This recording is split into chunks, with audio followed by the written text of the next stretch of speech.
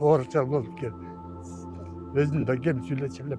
Актыбыз бар колубузда, токтомум бар, чечимдерим бар турду. Мен баягы өзүмдүн жеримде гана жүрдүм да, эми бала чака чоңойгондон кийин баары өзүбүз жерибизди эме алабыз деп. Бар да могулар Бар чындыгында. да факты бар, карабайсыңар. Алар уже жашап атат да булар. Карабаса бирөө тозот азалып калгандыр. Ошондой болор э мыйзамда. Эми ал өзү карабаса, бош шаттатып туруп алып койду да. Şeyde bit uy bakkanlar alganda uy bagıp ana traktör şoförlemeler bit algan şey. Жер ажы катары мен приставке катары кол койгон үчүн мен мындан танбайм. Кайрылса жооп берем. Жер жок эмес. Гүлбайра деген эл болгон. Гүлбайра деген эл алган. Мына урматтуу менин катталуучуларым, Гүлай апанын ыйлаганындай эле бар.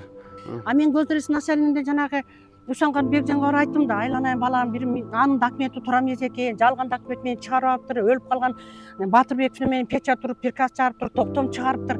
Бул кандай десем, жок, көңүл бурган жок. Абдурап листleri alganda şu Siyatbek'le Dürgöl. Anda Siyatbek'le Zappos'ta işletçi, sol işletçi.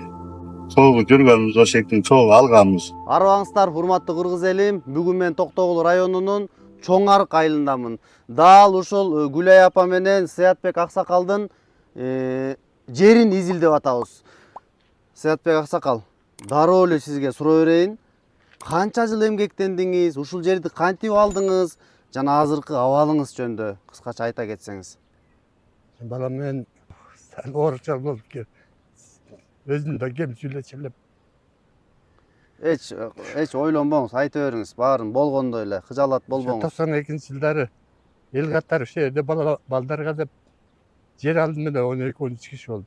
Анан ошомойдон ушул жериме ээ боло албай көптөн бери ар жерге барып болуп жүрөм. Өмүр бою эле ушул совхоздо, айыл өкмөттө, андан кийин шофер болуп иштеп жүрөм. Болжол менен бир 6-7 айыл өкмөт менен иштештим. Мектеп Мүкөшев, Каныбек, Төрөгелдиев Аттакур, эзиме чыгып кетти ошол убакта. Кишилер өтүп кетти, улуу кишилер эле бүт Какен, Нанен деп койчубуз, Анарбек Мырзакулов. Ушулар көптөр эзиме чыгып кетти, уже мен карыдым. Эстей албай атам көптөрүн неме кылып. Сәл неме болуп кыйналып турам. Сүйлөп, байбичем сүйлөп берсең калган. Актыбыз бар колубузда, токтомум бар, чечимдерим бар турду. Мен баягы өзүмдүн жеримде гана жүрдүм да, эми бала чака чоңойгондон кийин баары өзүбүз жерибизди эме алабыз деп. Бир мезгилде менин кызым катуу ооруп, биз элдин баары билет, мен кайрымдуулук кылып калдым. Чет мамлекетке кызымды алып барыш үчүн ошондо бул жерге да бир кичине болсо акча болуп калыр экен деп, жер сатайын деп келип, жеримди көрсөтөйүн десем эле, ушул жанагы Бузукеева Гүлбайра бул менин жерим, меники деп эле кыйкырып чыкты, бербейм, сен каякта жүрдүң эле, мындай тиңдей деп эле. Анан талашып тартышып анан кийин койганда мен де баягы ооруган кызымды алып кете бердим. Андан кийин келип ушул күндөн ушул күнгө чейин мен айыл өкмөт менен, көздөрештер менен, ата менен чабышып жүрөм. Кайра барып атам, келип атам. Буга менин жазган хотторумду, менин эле документтерим баарын эле Гүлбайрага жазып берип коюптур, компьютерден чыгып атат. Менин деле эмем чыгат хотум, мунуку деле чыгат ошо хот. Анан мен Үсөнкановго бардым, эмнеге ушундай болуп атат, ушундай болуп чыгып атат. Анан ушундай болуп атып кайрылсам, Үсөнканов жок, мындай көңүл деле бурган жок. Болбосо, эгер ошо чындыкты сүйлөсө, көздөрештирдин начальниги, кана эже, сиздин документиңизди көрөйүн. Ошо айтып атасыз чырылдап, аны чакырайын, ал каяктан алыптыр, ким ырастаптыр деген жок. Чыгып эле кайра чыгып кете бер, документ туура эмес, бара бер, каалаган жагыңа бара бер, чыгып берет, кайра барам, кайра көтөрүп барам, кайра мынакей таптым деп муну алып барам, мына бияктан таап келдим деп кайра бара бердим. Канча убакытта бердим. Башта ошо мен талашканыма 22-жылдан бери эле жумушум бүтпөйт, билбейм, мени ким тактап берет, ким изилдеп берет. Анан айыл өкмөткө каршы атып таштадым. Алишеров жанагы Айдар деген 2 жыл мени кармады. Ана эже, муну эже, бул чечилбеген суроо экен деп туруп ал кете берди. Гүлбайра деген мына менин жеримде чек арада туруп атат. Мына менин жерим. Мына ушул пустой. Мен келген мезгилде булар тозулган эмес.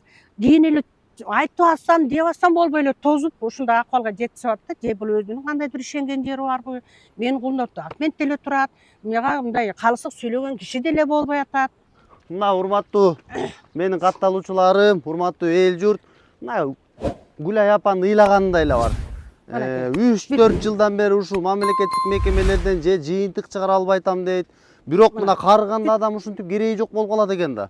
Азыр документин ала албай, үйүнө эч кимге жетпей, кыйналып аткан кезиңиз экен да. Ооба, колумда документим бар. Ушундай дасым болбой эле тозуп алды, тозуп алды. А мен көздөреч начальнигинде жанагы ошоңго Бекжанга барып айттым да, айланайын балам, бир анын документи тура эмес экен, жалган документ менен чыгарып алыптыр, өлүп калган Батырбеков менен печать туруп, приказ чыгарыптыр, токтом чыгарыптыр. Бул кандай десем, жок, көңүл бурган жок. Ошо болсо болот эле да, мага турабы? А эже канаки ал ким, өлүп калган киши ким чыгарыптыр? Ошондо азыр бул сатып алган кишинин башкы документи ошол жазалма болуп атабы сиздин оюңузча? Изилдедиңизби? Мен изилип чыктым, бүт кагаздар бар. Бул жердин баарын эле ушул алып бериптир. Бүт эле Бузукеева Гүлбайра. Акырында кече жакында эле документин башка бирөө өткөрө коюптур. Менин жеримди өзүндө болчу. Бүкөсүн өткөрө коюптур. Бузукеева Гүлбайранын токтомун карагыла, чечимин карагыла. Ал каякта документ? Ал 92-жыл биз алып атканда ал киши иштеген да эмес. Ал качан эле өлүп калган Батырбек деген. Мен алып койдум мына, бүт көрсөтөм. Баарын көрсөтөм. Урматтуу менин катталуучуларым, сиздер болсо менин каналыма катталганды унутпаңыздар. Азыр мынакей Гүлай апам айткан кошуналарын издейбиз. Ошол кезде өкмөт чыгарып берген токтомдор да бар экен. Мен бир сыйра тааныштым. Мына аларга да барып тактайбыз азыр. Чындыгында кошуналар менен бирге чогуу алган болсо, бүгүн булардын документи болгон болсо, бул адамдардын жери ушул жерде туруш керек эле. Бирок кандайдыр бир абалдарда сиздер канча бир убакыттарга кетип калсаңыздар, сиздердин жериңиздер дагы коркунучта болушу мүмкүн. Бир күнү келсең үйүң дагы жок болуп калышы мүмкүн. Демек, бул жерде ууручулук бар деп эсептейбиз. Ошондуктан каналдан алыстабаңыздар, биз болсо иликтөөлөрдү андан ары да улайбыз. Мына азыр Саятбек Аксакалдын кошунасы Ат Токур деген ошол кезде чогуу алган экен. Азыр түз суроо беребиз, жүрүңүздөр. Салам алейкум. Ат Токур Аксакал, ден соолуктарыңыз жакшыбы? Менин атым Болот. Тааныйсызбы? Окуйбуз го сен. Дагы көрө чыкса экен эле турабыз. Рахмат. Мен азыр иликтөө кылып жүрдүм элем. Өзүңүзгө деле маалым болуп калды окшойт. Азыр Саятбек Аксакалдын жери бар экен. Илгери сиздер баарыңыздар чогуу алган экенсиздер. Мына ошону кичине эле тактап берип койсоңуз. Алганыңыздар чынбы? Сиз ушул жерде азыр жашайсызбы? Ал эми Саятбек Аксакал убагында алды беле? Эми ал мурун берди бир 10 чакты киши алганбыз. Бир 10 ишочу. Ошол жерден кайдан баштады? Мына ошол жерден баштап үйдө алганбыз да. Жанагы ошо аял турбайбы ошо келин. Ошо кер алганбыз. Бул ошо аерде ким нанендики бар эле, Канек дегендики бар болчу мунун жанында. Ошо бүт эле ошо чогуу алганбыз баардыгыбыз. Ошол жерде бүт уй баккандар алган да, уй багып, аны трактор, шоферлер менен бүт алган ошо. Азыр биз Терек суу айылына келдик. Ошол кезде селсебет болгон Мамбетов Анарбек деген агайдын үйүнө келдик. Мына бул жерде Саятбек Аксакал 41-чи орунда турат. Азыр бир аз өчүп калыптыр. Анан карасаңыздар, мондай 10-чу орун, мынакей Камчыбеков Саятбек деген ушундай бүт печаттар менен, мөөрлөр менен белгиленген, мындай чийиндер чийилген, актылар түзүлгөн. Ушул жерде ушул Аксакал эң чоң ролду ойногон. Жүрүңүздөр анда өзүнө түз суроолорду берейли. Өзүңүз ушул жерде акт түзүп атасыз да? Бул жерде мынакей Камчыбеков менен Мамбетов деп жазылып турат да. Кетментөө шаардык райондук айылдык советинин аткаруу комитетинин жер бөлүп берүү жөнүндө 30-декабрь 92-жылы бөлгөндө атат. Ушул жерде сиздин колдоруңуз чынбы? Мына Өмүркуловдон суроо. Өмүркуловдон? Өмүркулов ким болгон ошол кезде? Мына архитектор. Архитектор? Сиз Мынекте Жумаевадан сураш керек. Мына адамдар эсиңизде барбы? Мына Орозалиев, Тентимиш, ушул эми бар эле. Ушул алгандар бар да могулар чындыгында. Бар да, факты бар, карабайсыңар. Алар уже жашап атат да булар. Могулар эсиңизде жокпу? Мынакей моногул Шерик, Ат Токур, Аккан, Каныбек деген. Чоң арыктын немелери бүт эле жашаучулары да. Бул болгон экен да? Болгон да. Ал эми Саятбек Аксакалды жакшы эле тааныйсызбы өзүңүз? Муну тааный. Бир шопур болгон да? Ооба. Бергенсизби ошол кездерде? Алса, мына Турбаев шопту. Алды да. Жок, эми сиз бар шопуруңузга кам Мен көргөрүп кам көргөн жокмун, общийди айтчы. берилген, мыйзам Берилген, эле. жалпы берилген. Ошол кезде баа жаныңызда кызмат кылып жүрсө, анан сизде эсиңизде барбы дейм да эми? Мен эсимде. Жерлүү болду, мынакей. Бүт бар, жок, ал убакта жерге деле эч ким баа берчү эмес. Алышкан өчүрөт мен. Турбаев алдан бар. Болду. Сиз канча жылда эмгектендиңиз ошол сельсовет башчы болуп? Мен 12 жыл эмгектендим. 12 жыл сиздин жаныңызда иштеди Саятбек Мен Аксакал. жанымда иштедим. Карабазда бирөө тозобоса аз алып койгондур. Ошондой болор эле мыйзамда. Эми ал өзү карабаса, бош шаттатып туруп алып койду да. Бирөөчү. Анда сиз бир жака эз алганы кеткенде үйүңүздө деле бирөө алып коюшу мүмкүн экен да? Жок, эми бул барып туруп эгерде ошол 30 канча жылдан бери барып же тозуп коюш керек болчу, же бул менин жеримде коюш керек эле. Же актиң турду, бирок жериңди карабапсың да, барбапсың да жериңе. Турду дейм, баягы чоңунда алабыз деле турду. Анда кагаз эмес дубалдар чечет экен, ошондо дубал коюп берип койсоңуздар болмок экен да, кагаз чыгарбай. Ал өзүнүн проблемасы да, өзү чечет. Мына жерде сиздин Жөлөков деп зыңкытып бир кол коюп турсуз. Ооба. Анан ушуну бир сыйра бир тактап берип койсоңуз, сиздин колуңуз бу, кайсы жылдары койдуңуздар эле? Анан азыр Сыятбек Аксакалдын жери жок болуп атат да. 2022-жылы жашыма байланыштуу пенсияга кеттим. Ошого чейин 2008-тен баштап 22-жылы, 23-жылдар кеттим. Ага чейин жер адис болуп иштедиңиз. Жер адис болуп иштегем. Мына кол менин колум. Анан ошол жерде мына Жаанбек уулу Нурсултан деген кол койгон. Ошо адис. Анан представитель сельского округа деп мен кол койгом, жер адис катары. Ушул жер бар дептирсиздер, а? Бар деп. Эми бу жерде баягы эмеде көрүнүп турат бу жерде. Мына жер. Ооба, 10-чу, эбе? 10-чу номер болуп мына Камчыбек Сыятбек деп. Мына биз эмеге жиберген. Токтогул району архитектура башкармалыгына. Ошол жерде мына адис эме Өмүркулов Касым деген.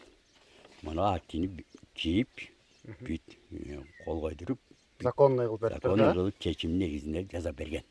Ушудан баштап мына 6-дан баштап 1, 2, 3, 4, 5 ушуну ээлеп алганда ушу жер жок эмес. Гүлбайра деген эли болгон. Гүлбайра деген ээлеп алган. Биз бир жерге жетпей жүрөбүз. Бир жерди ала албай атабыз. Өзүбүздүн жерибизди ала албай ыйлактап жүрөбүз. Ошол кезде кандайдыр бир топтор, жолбосо бир уруучулук кылайын деп аракет кылып, системени каттабай койгон учурлар катталышы мүмкүнбү? Анткени эми кошуналарым баары катталып келиптир да, анан бир эле Сыятбек Аксакал катталбай калыптыр да. Ошол жерде эми көзүрөксүздүн баласы муну деле жакшы билет бу баланы.